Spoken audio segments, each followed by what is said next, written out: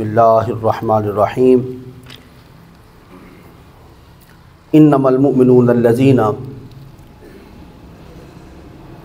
آمنوا باللہ ورسولہ ثم لم یرتابوا وجاہدوا باموالہم وانفسہم فی سبیل اللہ اولئک هم الصادقون۔ صدق اللہ مولانا العلی العظیم وبلغنا رسولہ النبی الأمی الکریم ونحن علی ذلک لمن الشاہدین والشاکرین والحمد للہ رب العالمین۔ انتہائی واجب الاحترام سامعین ذی احتشام، آج کی جمعۃ المبارک کے نشست میں قرآن مجید فرقان حمید کی سورہ الحجرات سے آیت نمبر 15 خطبے کے اندر آخر نے آپ کے سامنے تلاوت کرنے کا شرف حاصل کیا ہے۔ اللہ کریم نے دولت ایمان سے شرف یاب فرمانے کے بعد اور ان کے ایمان کو قبول کرنے کے بعد اور ان کے ایمان کو ساری زندگی نور کی صورت میں ان کے وجود میں روشنی پھیلانے والا بنانے کے بعد اللہ کریم نے انہیں سچے لوگوں کا ٹائٹل عطا فرمایا ہے۔ یہ کوئی چھوٹی موٹی بات میں نے عرض نہیں کی ہے، بہت بڑی بات عرض کی ہے۔ ایک ہے میرا خود دعویٰ کہ میں سچا ہوں، ایک ہے کسی اور عام بندے کا دعویٰ کہ وہ سچا ہے، ایک یہ ہے کہ اللہ فرما دے کہ میرے نزدیک فلاں فلاں سچا ہے۔ اپنا اپنا معیار ہے۔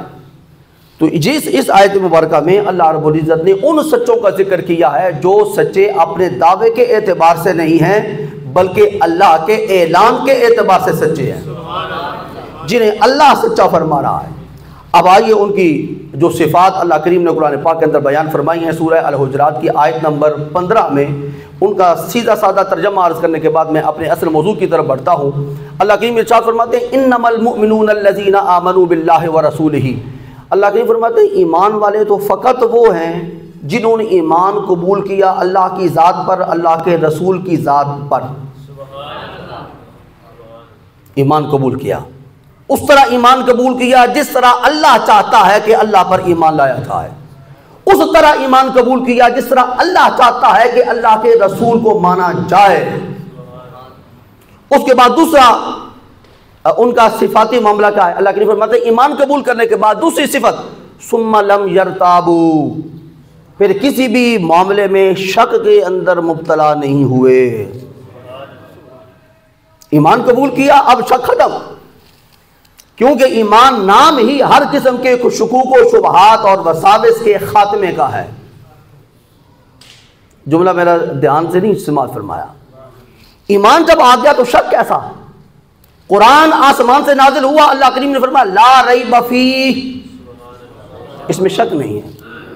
اب جس کا قرآن پاک پر یقین ہوگا اور ایمان ہوگا اس کو یقین ہوگا کہ اس میں شک نہیں ہے، عیب نہیں ہے، ریب نہیں ہے۔ یہ اللہ کا پکا کلام ہے۔ ایسے ہی جو اللہ کی ذات پہ ایمان لاتا ہے، اللہ کے رسول کی ذات پہ ایمان لاتا ہے، اس کے لیے بھی ضروری ہے ثم لم یرتابوا، پھر شک کے اندر مبتلا نہ ہو، پھر اسے یقین ہو کہ اللہ بھی بے عیب ہے، محمد بھی بے عیب ہے۔ نہ اس کی ذات میں کوئی شک ہے، نہ ان کی ذات میں کوئی شک ہے، اس کی ذات بھی بے عیب ہے، ان کی ذات بھی بے عیب ہے۔ بے عیب نے بے عیب کتاب اسے عطا کی ہے جس کا وجود بے عیب ہے۔ کیونکہ دو کتابیں ہیں اس فقیر کے نزدیک، دو کتابیں ہیں، ایک کتاب وہ جس کا میں اور آپ مطالعہ کرتے ہیں، اس کو قرآن حکیم کہتے ہیں، اور ایک وہ کتاب ہے جس کا مطالعہ میں اور آپ نہیں کر سکتے۔ اس کا مطالعہ کیا ہے تو صدیق اکبر نے کیا ہے، اس کا مطالعہ کیا ہے تو بلال حبشی نے کیا ہے، اس کتاب مقدس کا مطالعہ کیا ہے تو سیدہ کائنات خدیجہ الکبریٰ نے کیا ہے، اس کا مطالعہ کیا ہے تو امام حسن نے کیا ہے، امام حسین نے کیا ہے۔ وہ چلتی پھرتی اللہ کی کتاب تھی۔ آپ تھوڑا سا ساتھ دیجئے گا، وہ چلتی پھرتی اللہ کی کتاب تھی۔ اس کتاب کو میں کتاب کہوں تب ٹھیک ہے، اسے قرآن کہوں تب ٹھیک ہے، اسے سراپا ہدایت کہوں تب ٹھیک ہے، اسے سراپا ایمان کہوں تب ٹھیک ہے، اور اسے صاحب قرآن کہوں تب درست ہے۔ اللہ نے آسمان سے دو کتابیں نازل فرمائی، 4 بار حق ہے وہ پہلی، 5ویں یہ میرے سامنے موجود ہے۔ 2 کتابیں ہیں، اس کتاب مقدس کے فیض کو اور نور کو اور اس کے فیضان کو عام کرنے کے لیے 2 کتابیں نازل کی۔ میرا پرانا جملہ، ایک تھیوری کی صورت میں، ایک پریکٹیکل کی صورت میں۔ جو تھیوری تھی اسے لوگوں نے قرآن کہا، اور جو پریکٹیکل تھا اسے صاحب قرآن کہا۔ قرآن حکیم ہے، اور صاحب قرآن وہ محمد الرسول اللہ کی ذات پاک ہے۔ ثم لم یرتابوا، اللہ کی فرماتے ہیں انما المؤمنون الذین آمنوا باللہ ورسولہ ثم لم یرتابوا، پھر انہوں نے شک نہیں کیا، پھر ارتیاب کی زندگی کے اندر سے وہ نکلے اور یقین کی زندگی میں آئے۔ ثم لم یرتابوا، آگے دوسری صفت کیا ہے؟ وجاہدوا باموالہم وانفسہم، صرف شک سے نکل کر یقین کی دنیا کے اندر ہی نہیں آئے، پھر زندگی میں جہاد کرتے رہے، اپنے مالوں کے ساتھ بھی اور اپنی جانوں کے ساتھ بھی۔ دونوں کام مشکل ہیں، مال دینا مشکل کام ہے اور جان دینا تو اس سے بڑی مشکل بات ہے جی، لیکن کمال ہے عظمت صحابہ کرام کی، جنہوں نے اپنا مال بھی بارگاہ مصطفیٰ میں پیش کیا، اپنی جانیں بھی قدم مصطفیٰ پہ نثار اور قربان کی، نہ جان کی پرواہ کی نہ مال کی پرواہ کی، اور آخر میں بڑے ہی لجاجت کے ساتھ، بڑی ہی عاجزی کے ساتھ، بڑی ہی نیاز مندی کے ساتھ اور بڑی ہی تواضع اور انکساری کا پیکر بن کے عرض کرتے ہیں جان دی ہوئی اسی کی تھی، حق تو یہ ہے کہ حق ادا نہ ہوا۔ وہ سب کچھ دے کر بھی کہتے ہیں مولا کریم تو راضی ہو جا، اور پھر وہ اتنا لجپال اور اتنا رحمان اور اتنا کریم اور اتنا قدردان ہے کہ وہ صرف محبت کو ہی قبول نہیں کرتا بلکہ جواب محبت بھی عطا کرتا ہے، صرف وفاؤں کو ہی قبول نہیں کرتا بلکہ وفا کے جواب میں جواب وفا بھی عطا کرتا ہے۔ وہ فرماتا ہے تم نے مجھے راضی کرنے کے لیے اپنی جان دی، مال دی، اپنی آبرو کو قربان کیا اور اپنی اولادوں کو میری اسلام کی تبلیغ کے لیے قربان کیا، مت سمجھو کہ صرف میں تم سے راضی ہوا، اے ابو بکر وَلَسَوْفَ يَرْضَىٰ، ان قریب وہ وقت آنے والا ہے کہ تیرا پروردگار تجھے راضی فرمائے گا۔ یہ جواب محبت ہے۔ یہاں یک طرفہ ٹریفک نہیں چلتی، یہاں دو طرفہ ٹریفک ہے، ادھر سے محبتیں پیش ہو رہی ہیں، ادھر قبول ہو کر جواب محبت عطا ہو رہا ہے۔ اور جملہ اگر ذہن نشین رہ جائے تو عرض کرنا چاہتا ہوں بندے کی طرف سے جو محبت کا نذرانہ اللہ کی بارگاہ میں پیش ہوتا ہے وہ عارضی ہوتا ہے، فانی ہوتا ہے، جو جواب محبت ملتا ہے وہ دائمی ہوتا ہے۔ ایسا ہے کہ نہیں؟ میں نے اور آپ نے کیا کمائیاں کر لی ہیں زندگی میں، دنیا کے اندر آنے کے بعد کتنے سجدے کر لی ہیں، کتنی ریاضتیں کر لی ہیں، کتنے مجاہدے کر لی ہیں، کتنے قرآن پاک ختم کر لی ہیں، کب ہم نے سچ بولا ہے، کب جب میرا اور دین کا آپس میں تضاد آیا تھا اور میری مرضی کچھ تھی، دین کچھ چاہتا تھا، میں نے اپنی مرضی کو قربان نہیں کیا تھا، دین کو میں نے قربان کر دیا تھا، یہ سب کچھ چلتا رہا۔ اس کے بدلے میں اللہ کریم فرماتے تو ساری زندگی میری نافرمانی کرتا رہا، اے بندہ مومن تیرا اعزاز یہ ہے کہ تو نے میرے پاک نبی کا کلمہ ایک بار اپنی زبان سے پڑھا تھا، اس کے بعد تو نافرمانیوں پہ نافرمانیاں کرتا رہا، تیری زندگی کا آخری سانس جب آنے لگے اس سے ایک لمحہ پہلے توبہ کر لینا، قبول کر لوں گا، قبول کر لوں گا۔ اس لمحے میں کہنا چاہیے اللہ کو کہ میں بے نیاز ہوں، میں صمد ہوں، میں غنی عن العالمین ہوں، میں تیری پوری زندگی کا معائنہ کر چکا ہوں، کیونکہ میں علیم بھی ہوں، خبیر بھی ہوں، بصیر بھی ہوں۔ اب تو توبہ کر رہا ہے، تجھے شرم نہیں آتی؟ اب جتنی زندگی نافرمانی میں بسر کی ہے اتنی زندگی فرما برداری میں بسر کر کے پھر میرے در دور پہ توبہ کرنے کے لیے آ۔ اگر یہ جواز اللہ کریم سامنے رکھیں تو بنتا ہے کہ نہیں بنتا؟ اور جو نہ اس جواز کو بھی استعمال فرمائے اسے رحمان کہتے ہیں، رحیم کہتے ہیں، کریم کہتے ہیں۔ جواز بننے کے باوجود کو جو کہے کہ بھائی میں تلافی مافات نہیں چاہتا، میں تو صرف یہ چاہتا ہوں کہ تو اپنی زبان سے ایک بار کہہ دے کہ مولا گناہ ہو گیا۔ اچھا تو گناہ زبان سے نہیں کہنا چاہتا، دائیں بائیں والے سن لیں گے کہ یہ مسجد کے اندر آ کر اللہ سے معافی مانگ رہا تھا، بڑا پاپی ہے، گناہگار ہے، اسیاں شعار ہے، خطا کار ہے، نافرمان ہے، کھاتا اللہ کا لیکن مانگتا شیطان کی، تو نہیں نا زبان سے کہنا چاہتا، نہ کہہ، دل میں تو ارادہ کر لے۔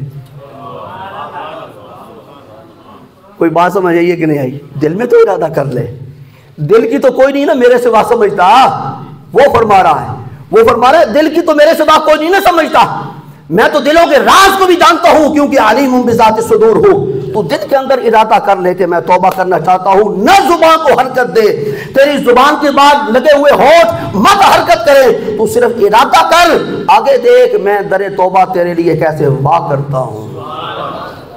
ثم لم يرتابوا وجاهدوا باموالهم وانفسهم في سبيل اللہ۔ اللہ کریم آخر میں فرماتے ہیں اولئک هم الصادقون، یہی سچے لوگ ہیں، یہی سچے لوگ ہیں۔ آیت کریمہ کا ترجمہ ختم، سورہ الحجرات آیت نمبر 15 ترجمہ ختم۔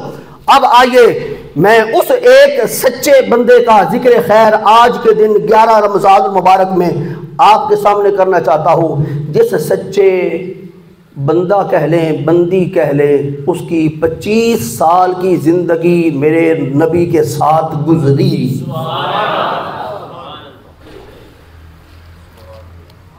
اس خاتون پاک کا نام کیا ہے؟ نام ملیکۃ العرب، پورے عرب کی مالکہ اور بادشاہ، کیوں؟ کوئین آف عرب، عرب کی ملکہ، عرب کی شہزادی، بھائی عرب کی شہزادی، نام غم گسار رسول، دم ساز نبوت، زوجہ رحمت للعالمین، رسول کریم کی پہلی زوجہ محترمہ، سیدہ اور سیدہ کائنات کی والدہ ماجدہ، امام الانبیاء کی زوجہ اور امام الاولیاء کی ساس صاحبہ، جنتی نوجوانوں کے سرداروں کی نانی صاحبہ اور جنتی عورتوں کی سردار خاتون کی ماں خدیجۃ الکبریٰ۔ جی اب سمجھ آیا خاتون اول کسے کہتے ہیں؟ یہ ہے خاتون اول۔ ٹائٹل لگانے سے اور نوائے وقت اور جنگ اخبار کے اندر اپنے نام کے ساتھ لکھوانے سے کہ میں خاتون اول ہوں، یا کسی کو کہہ کے ایسے نہیں خاتون اول بنتا۔ خاتون اول بننے کے لیے محمد پاک کی غلامی اختیار کرنا پڑتی ہے، اپنے جان اور اپنے مال، اپنی عزت اور اپنے آبرو کے ساتھ رسول پاک کے دین کی خدمت کرنا پڑتی ہے، اور اس دور میں ساتھ دینا ہوتا ہے جس دور میں محمد پاک کا ساتھ دینے والا کوئی نہیں تھا۔ اس دور میں جس خاتون نے ساتھ دیا، اور کوئی میں جملہ بڑا ناقص سے عرض کرنا چاہتا ہوں، کسی بھوکے گھرانے کی بھی نہیں ہے، اپنے مکہ مکرمہ کے اندر تاجرانہ پیشے کے ساتھ وابستہ ہیں، تجارت فرماتی ہیں، اور ان کی تجارت کا سامان صرف مکہ کے اندر ہی نہیں بکتا، دوسرے ملکوں میں جاتا ہے، کبھی شام میں جا رہا ہے، کبھی اردن میں جا رہا ہے، کبھی عراق میں جا رہا ہے، کبھی مصر میں جا رہا ہے، ملکوں میں تجارت کا سفر جاری ہے اور ساز و سامان جاتا ہے۔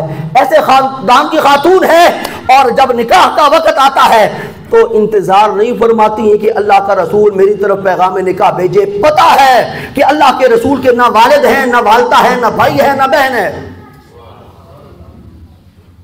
خود پیغام بھیجتی ہیں۔ جملے کی سمجھ کو نہیں آئی، خاتون خود پیغام بھیجتی ہیں کہ اگر آپ اپنے نکاح میں مجھے قبول فرما لیں تو میرے لیے باعث عزت اور باعث افتخار ہوگا،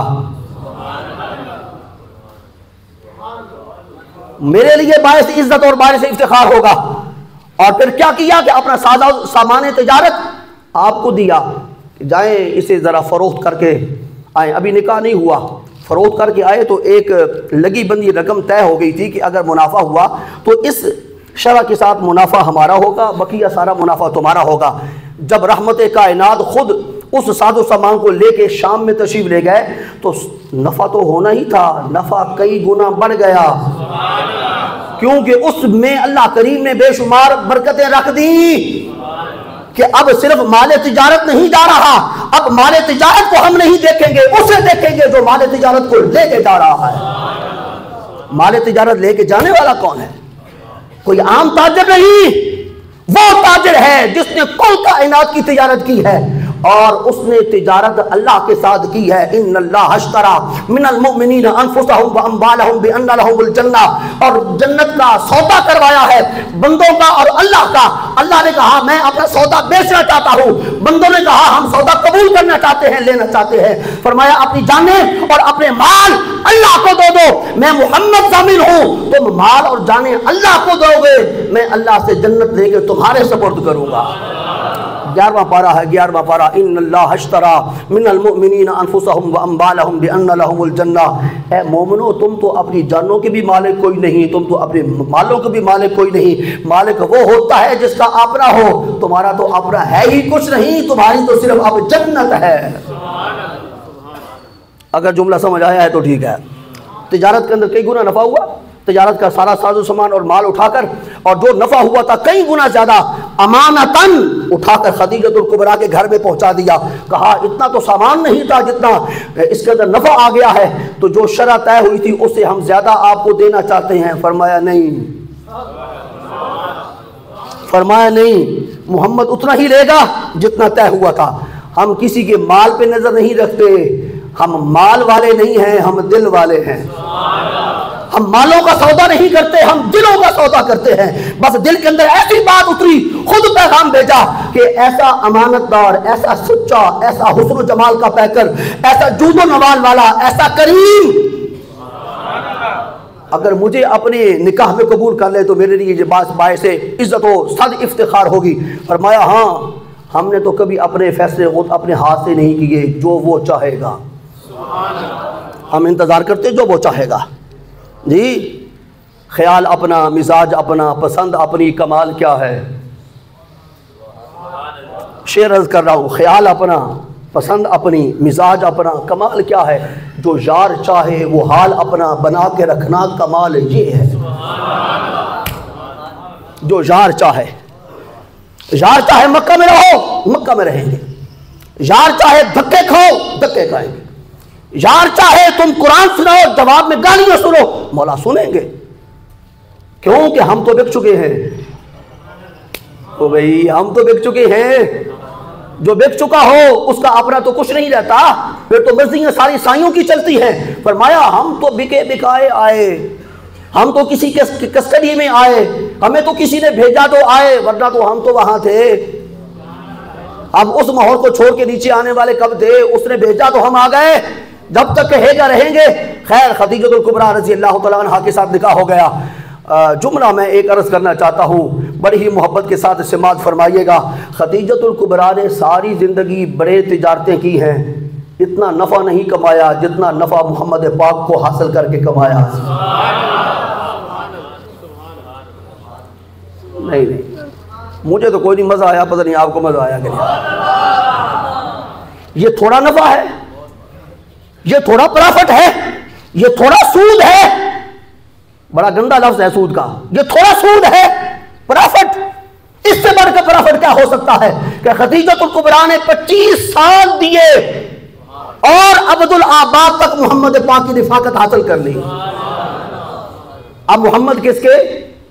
اللہ اکبر، یہی بڑا فائدہ ہے اگر سمجھ میں کسی کو آ جائے۔ اور نفع میں صرف محمد نہیں کمائے، محمد کے ساتھ ساتھ آل محمد بھی کمائے۔ پوری نسل انسانیت میں یہ افتخار اور یہ تفرد اور یہ اعلیٰ منصب خدیجۃ الکبریٰ کو حاصل ہے کہ انہی سے آگے رحمت کائنات کی ساری اولاد چلی۔ اللہ نے اپنے پیغمبر اعظم سرور کائنات صلی اللہ علیہ وآلہ وسلم کو 7 اولادیں عطا فرمائیں، کیونکہ 7 ہی آسمان ہیں، 7 ہی زمینیں ہیں، ہر ایک میں سے ایک ایک آسمان اور ایک ایک زمین پہ حکومت فرمائے۔ جب تک سب سبحان اللہ نہیں نہ کہیں گے ہاتھ کھڑا رہے گا۔ کوئی نئی بات فقیر عرض کر دے تو پھر سوچ میں نہ پڑ جایا کرے، جواب دیا کرے۔ فقیر سوچ سمجھ کے بات کرنے کا عادی ہے۔ 7 آسمان، 7 زمینیں، محمد پاک کی 7 اولادیں، ہر ایک اپنے اپنے آسمان پہ اور اپنی اپنی زمین پہ حکومت کر رہا ہے، اور محمد پاک کی حکومت کل زمانوں پہ ہے، کل آسمانوں پہ ہے، کل زمینوں پہ ہے۔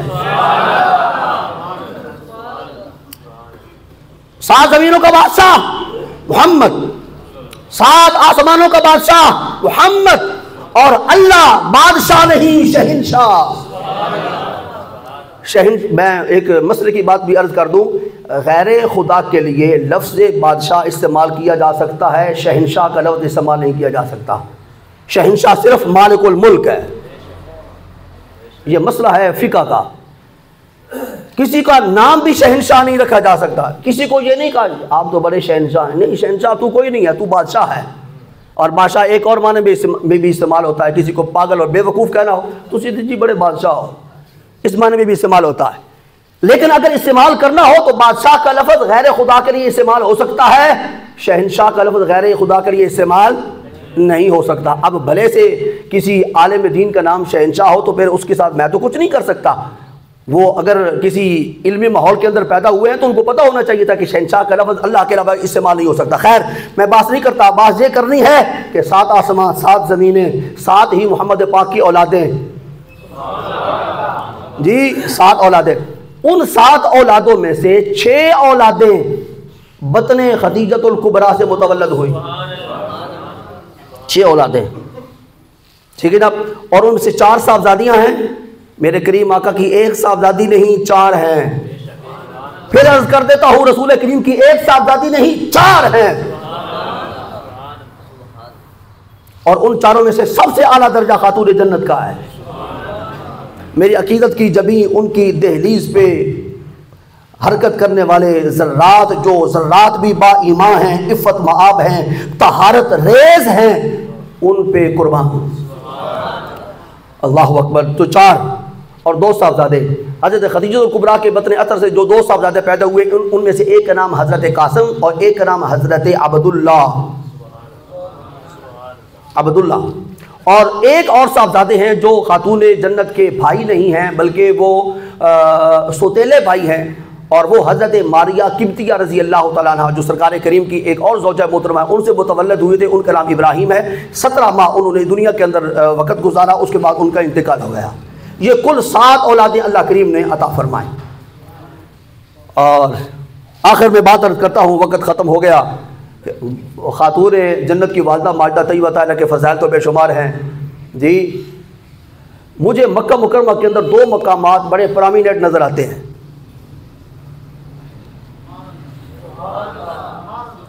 میں نے چونکہ وقت تھوڑا لگا ہے نا، کیونکہ بھائی PIA کا جو سسٹم ہے فلائنگ کا وہ ڈسٹرب ہوا ہے، اس لیے آپ دیر سے مکہ مکرمہ میں پہنچے ہیں.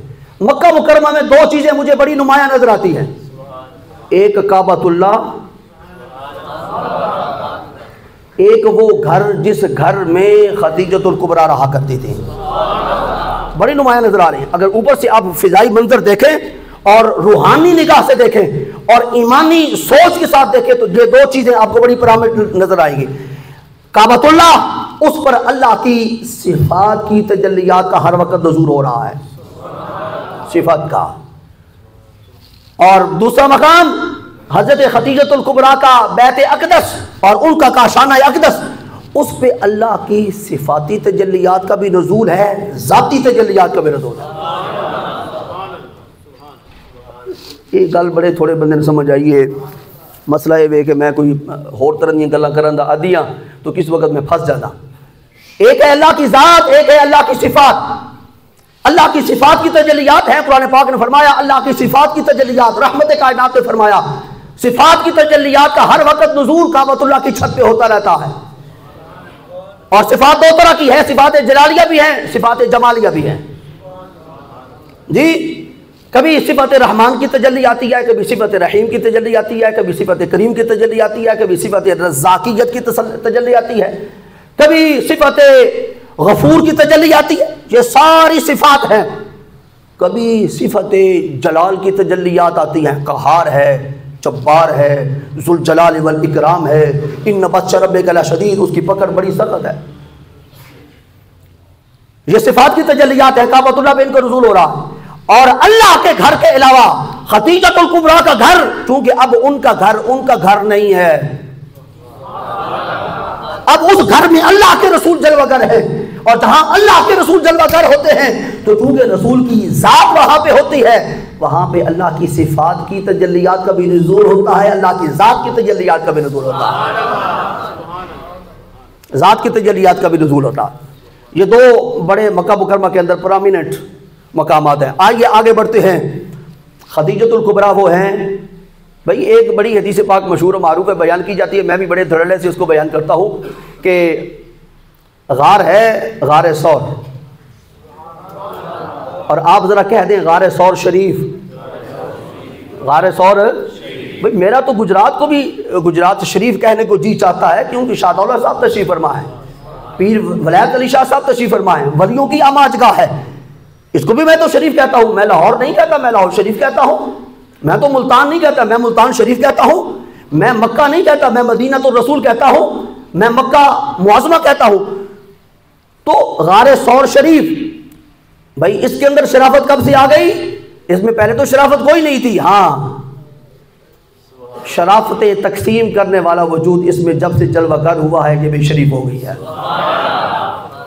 غار ثور میں 2 ہستیاں موجود اور 3 راتیں اس غار ثور کے اندر تشریف فرما رہی. ایک سراپا صدق، ایک صدیق.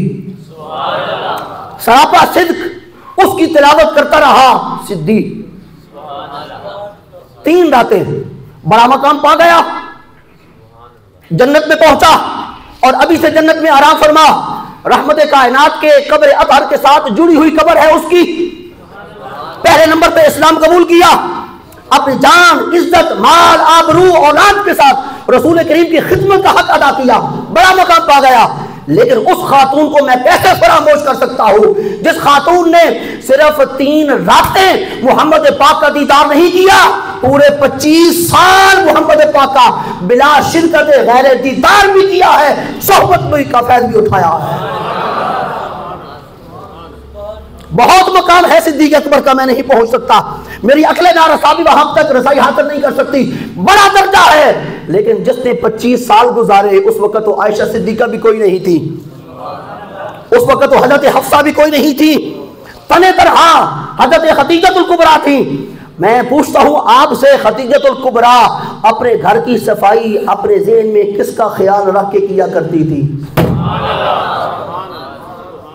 بستر کس کے لیے صاف کیا کرتی تھی؟ برتن کس کے دھویا کرتی تھی؟ آٹا کس کا گوندا کرتی تھی؟ آگ کس کے لیے جلایا کرتی تھی؟ کھانا کس کے لیے تیار ہوتا تھا؟ اس میں وقت حضرت خدیجہ الکبریٰ کے مائنڈ میں، آپ کے تصور میں، آپ کے خیالات میں، آپ کے من میں، آپ کے باطن میں، آپ کے دل میں، ایمانی دل میں کس کا خیال ہوتا تھا کہ کون آنے والا ہے؟